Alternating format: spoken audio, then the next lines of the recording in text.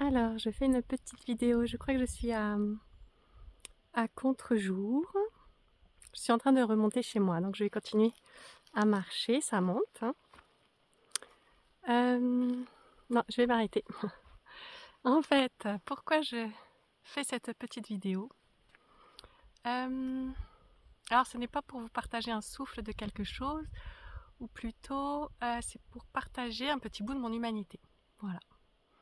Donc, chose que l'on retrouve peut-être assez rarement, qui se partage plutôt souvent un peu en privé, parce que c'est pas forcément des choses qui sont, comment dire, jugées comme les plus inspirantes.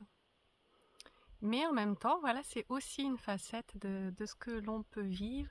Et je vois que si je parle à partir toujours euh, comment dire, de ce que j'appelle moi un moi libre, donc uni à sa nature, dans un souffle, dans un élan, dans une joie, eh bien ça peut donner une certaine perspective de ce que je suis.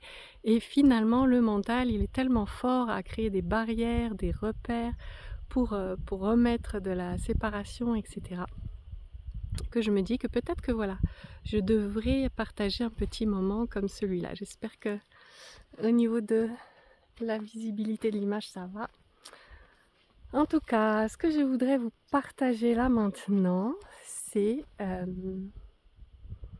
petit moment où je crois que j'aurais besoin d'empathie. Besoin d'empathie, ça veut dire de pouvoir, comment dire, que ce serait doux juste là maintenant de pouvoir avoir comme un autre être humain en face de moi pour pouvoir se relier, me rejoindre là où je suis.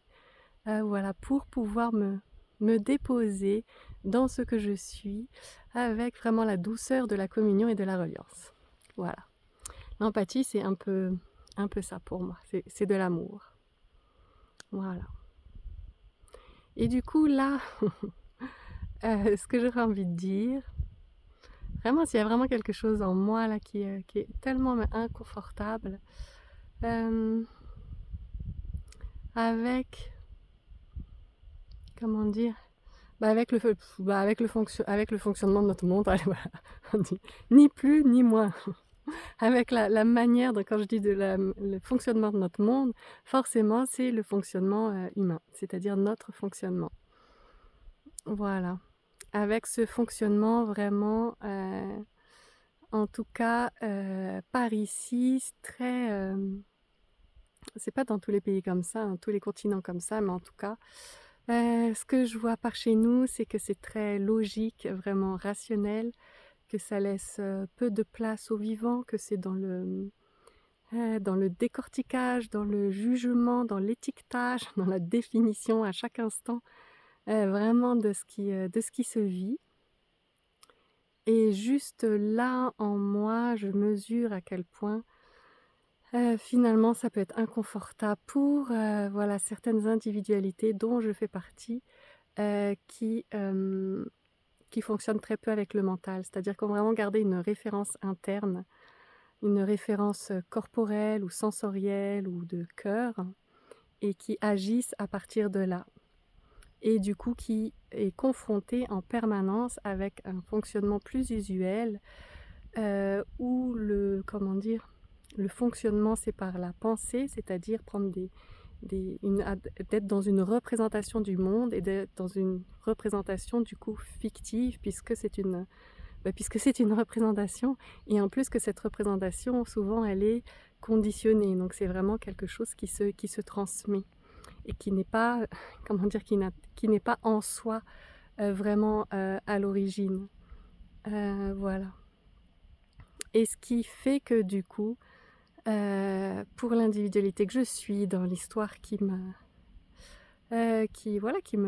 compose, qui fait la couleur particulière de ce que je suis et de ce que j'ai à offrir au monde, parce que tout ça c'est un magnifique cadeau, et bien là je mesure à quel point il y a quelque chose qui se sent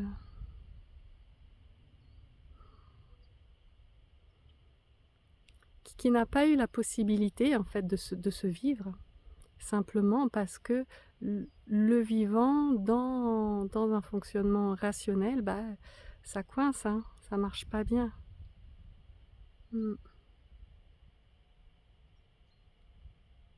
Voilà et du coup, là où j'ai besoin d'empathie, c'est que je vois là aussi dans la spiritualité ou dans quand on vraiment voilà dans tout ce que j'explore que je vois qu'il y a tellement, mais tellement de personnes du coup qui abordent la spiritualité à partir de leur fonctionnement forcément et du coup d'un fonctionnement mental et du coup qui finalement sont dans la représentation, dans la conceptualisation, en pensant être, autre part, dans la conscience ou même dans l'amour ou quelque chose comme ça, mais tout est repris tout le temps. Je vous préviens, hein, c'est un coup de calgon de déprime. Tout est repris tout le temps, tout le temps, tout le temps. Ce mental, il est vraiment, mais vraiment pas à sa place de fonction. C'est ça, je crois, ce qui m'horripile, c'est qu'il y a quelque chose en moi qui en a marre, en fait, de voir que le monde est dirigé par une fonction qui devrait être au service. Vous imaginez? Je sais pas, c'est